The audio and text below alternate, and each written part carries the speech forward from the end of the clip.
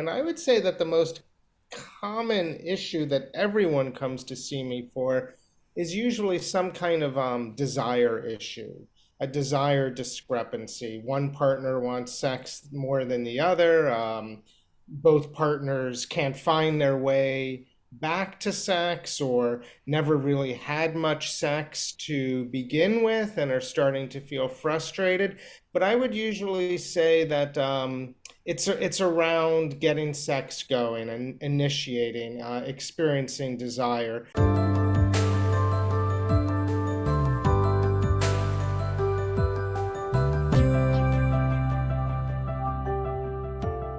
First of all, welcome to the Happy Habit podcast. And I know that you've been working in the field of sex therapy for many years now.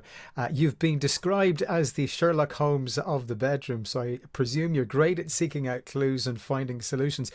I'm just curious, what are the main sex related issues that people see you about?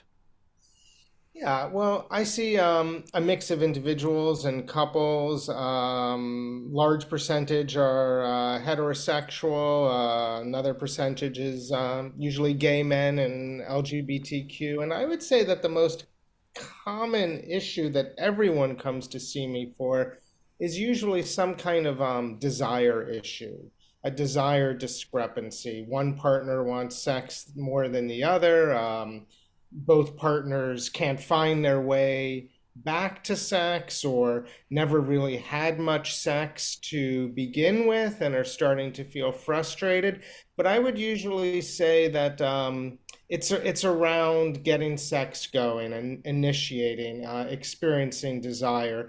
Now, then, of course, couples also come in with problems not necessarily around desire, but around the sex that they're actually having. And it wouldn't be uncommon for men to come in with performance anxiety and sexual function issues such as erectile unpredictability or early ejaculation. It would not be uncommon for women to come in complaining about sexual pain or a lack of arousal or sex that isn't pleasurable enough to lead to orgasm, or just a general inability to get immersed in a sexual event. And then I would say the other most common area would just be kind of a mismatch in erotic personalities or sexual personalities. One partner may be a little more of a thrill seeker than the other partner, or want to take sex out of the bedroom or open up the relationship in some way, and the other partner, is much more of a sexual homebody, so to speak. And are there many common misconceptions that people still have today about the role of sex therapy? Common misconceptions about the role of sex therapy. Well, I think that a lot of people think that sex should be natural, organic, and spontaneous, and you shouldn't need to go to therapy for sex. You shouldn't need sex homework. You shouldn't need to either schedule time to talk about sex or to have sex. That sex is something that should just either work or it doesn't work. And if it doesn't work, something's wrong and can't really be managed. It's very odd that couples are really willing to dig in and work on almost any topic, but yet they really do feel that sex is something that you should never have to talk about and should just come naturally. Well, does that lead then to people feeling as if there's something broken inside them then, if when it comes to something as fundamental as sex, that if there's a problem, well then how did they deal with that then?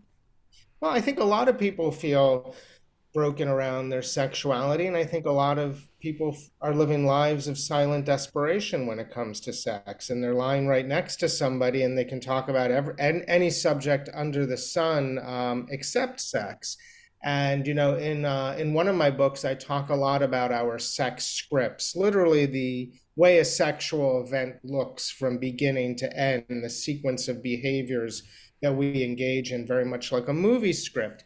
And what I really talk about in one chapter is how our personal sex scripts are really formed in the context of cultural sex scripts. And there's usually some kind of incongruence between the way we feel we want to have sex or what works for us versus how we feel we're supposed to have sex. And then that can create a lot of shame.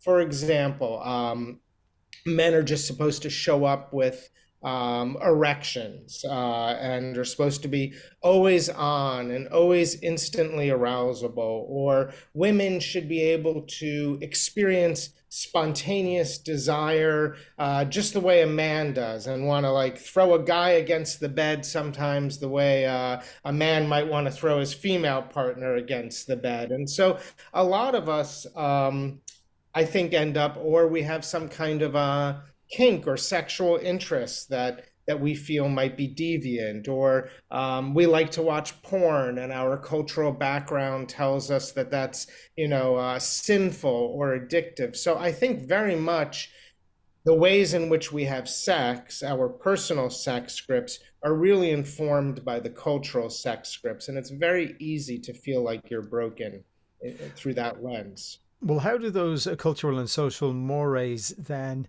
and interplay then with pornography? You mentioned it there. Does pornography more often than not help or hinder a couple's sexual relationship?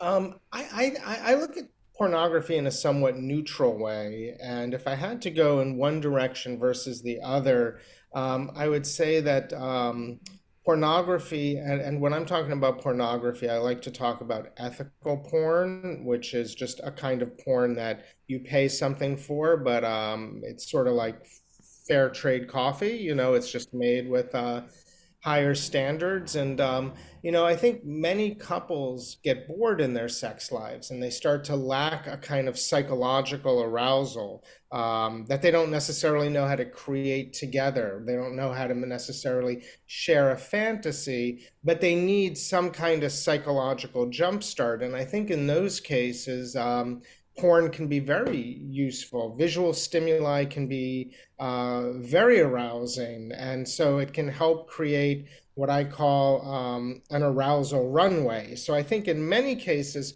porn can be part of a sex script and part of a way in which a couple gets going, and it's completely healthy.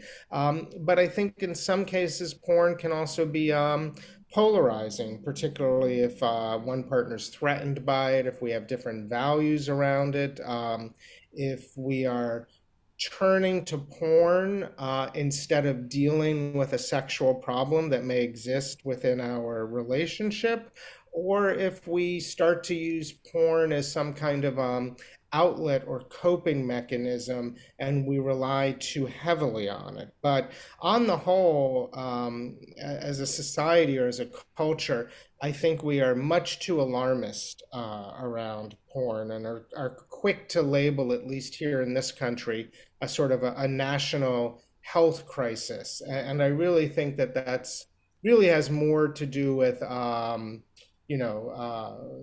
cultural politics than the reality of how sexual material comes up in our lives. You performed a study in boredom and boredom in the bedroom, sexual boredom. What were your findings in that study? Yeah, I did that. It's been about 10 years, so it's a little bit of an older study. I did it with Dr. Kristen Mark, and we just wanted to research the idea to which couples may be bored in their sex lives. And as I recall, we interviewed or gave a survey to a little over 5,000 people of mixed demographics, and I believe 55% were either extremely bored or somewhat bored in their sex lives. And women were twice as likely to be bored in the first year of a marriage as opposed to men. So women got bored sooner than men in their relationships. And women were, I believe, 2 to 3 times more likely to propose a sexy suggestion to deal with boredom. So, I mean, I think on the whole, we're finding that people do get bored in their sex lives. In heterosexual couples, it's often women who get bored first, but it's also women who can be proactive about wanting to spice things up and make sex more novel. And being proactive is key here because I believe you're not a fan of spontaneity. Um, I'm a fan of spontaneity when it happens, and I think spontaneity is something that needs to be nurtured. In most of our busy lives, I'm married with two kids and dealing with so many issues. Spontaneity is less likely to happen. Now, that doesn't mean I have to go out and plan every sexual event, but it does mean that I need to at least cultivate a sexual environment in which sexual urges and feelings can manifest spontaneously. So I'm not opposed to scheduling sex. I'm not opposed to having a date night that's going to include sex. There are studies that show that couples who have sex once a week have higher levels of relationship positivity as opposed to couples who don't have sex once a week. In that sense, I'm very much in favor of sex being a ritual, if need be, that you schedule, like you would schedule any other kind of ritual in your life, like a family dinner every Sunday night. But that said, I'm more in favor of actually just creating what I call the erotic thread or the space in between sexual events where our sexual selves can come out and say hi to each other, even briefly. And so sex somehow remains in the environment, in the air. We know that we are wanted and desired by our partners. And then that allows for the spontaneity that so many of us seem to want so desperately. So there's always an undercurrent of sex and sexuality in the air. It's not like we put something away and then take it out again once a week or once a month. It's always in the air.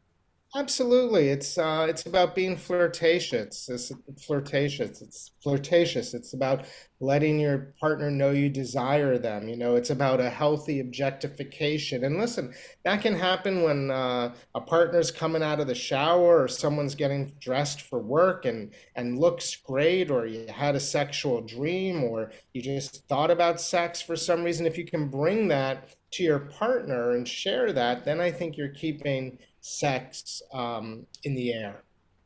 If we can talk about the female orgasm in your book, She Comes First, you talk about the assurances that women need in order to feel comfortable enough with their partners so that they can achieve orgasm.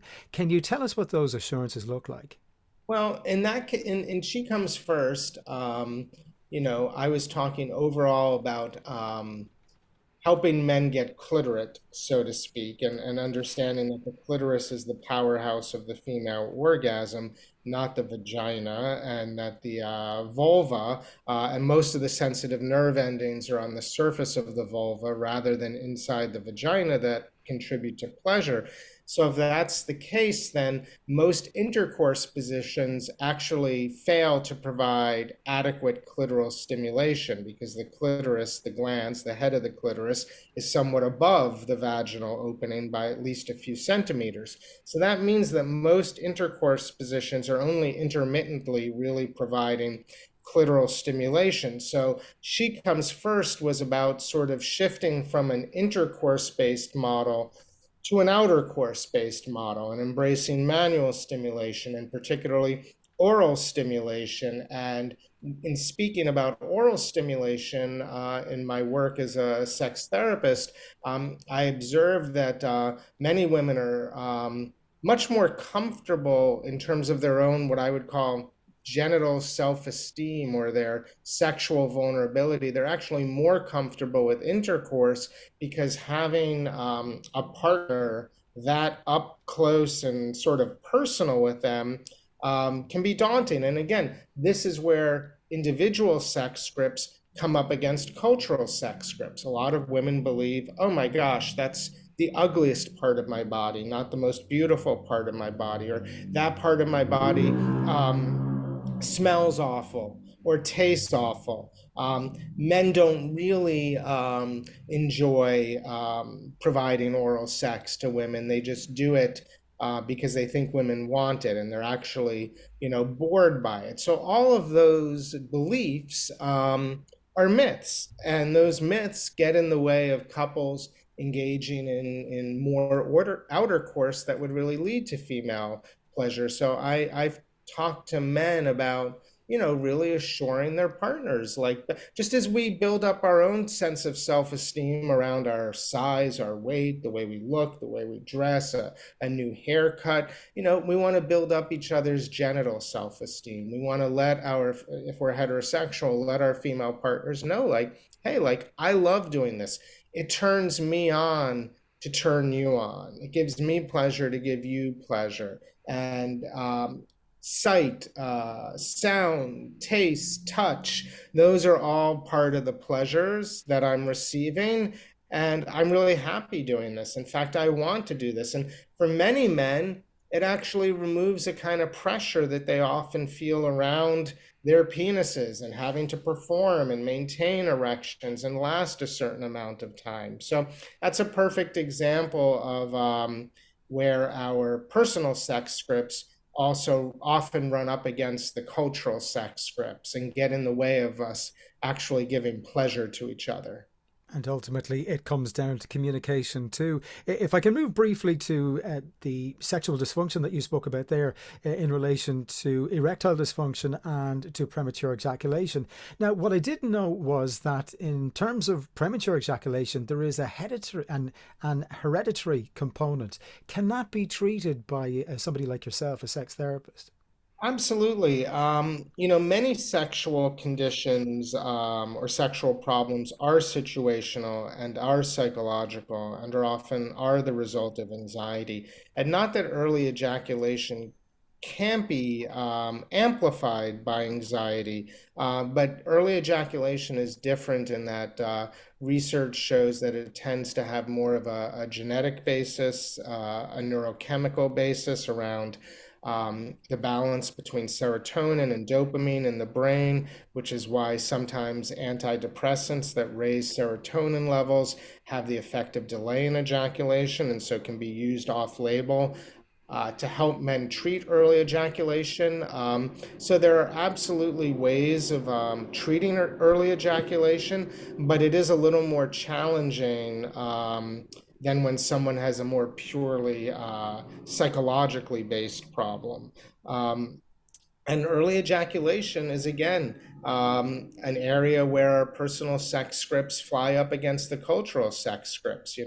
Early ejaculation is not just a young man's problem, it affects men of all ages. Men with early ejaculation aren't sexually selfish or narcissistic or immature. They have, a sexual problem that's really only a problem in relationship to giving a female partner pleasure. I can imagine in past millennia when we lived, out in the woods, the jungles, the verandas, and we were having sex with our partners with procreative goals. It's probably pretty healthy to have a quick ejaculation.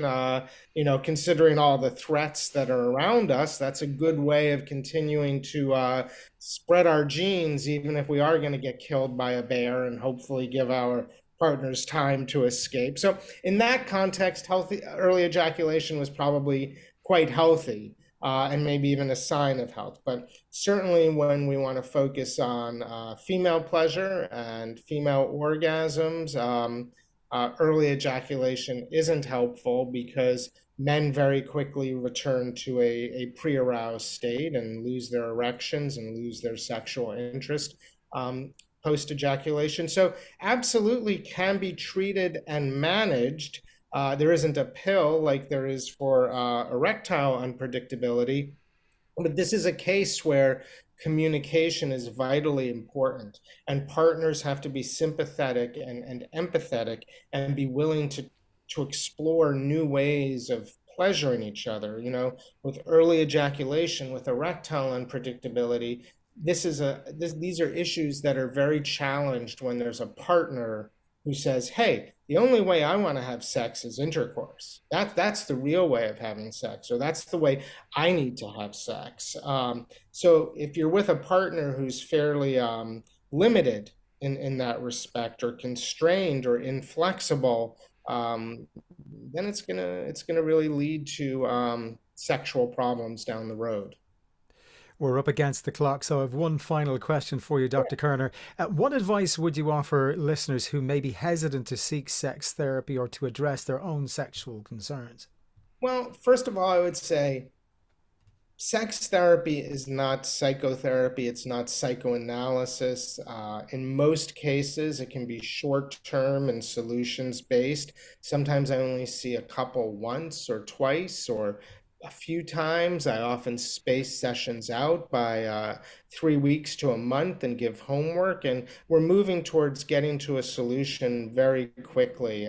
So I would say, first off, don't be daunted by sex therapy. But if you don't have access to a sex therapist or you really won't go, then, first of all, try and get good, accurate information about what you're going through because so much of what we hear and take in are myths or inaccuracies around sexuality. So get good information and focus on trying to communicate. With your partner about what's going on and to understand that this is a sensitive area and your partner may be vulnerable or may be defensive, but to say, hey, I've been feeling neglected lately a little bit in the area of sex, or I'm missing this aspect of sex, or you know what, I had a sexy dream that we had this kind of foreplay, like whatever it is, try and approach your partner in a way that's sex positive and is relying on accurate information. Well, it's been a real pleasure talking to you today, Dr. Kerner. We're short on time, so I'll let you go there. Thank you so much for joining me on the podcast. Really appreciate it. My pleasure, Matthew. Hey there, friends. If you got value from this video, well, you know the deal. Please like, subscribe, share, and I will see you in the next one.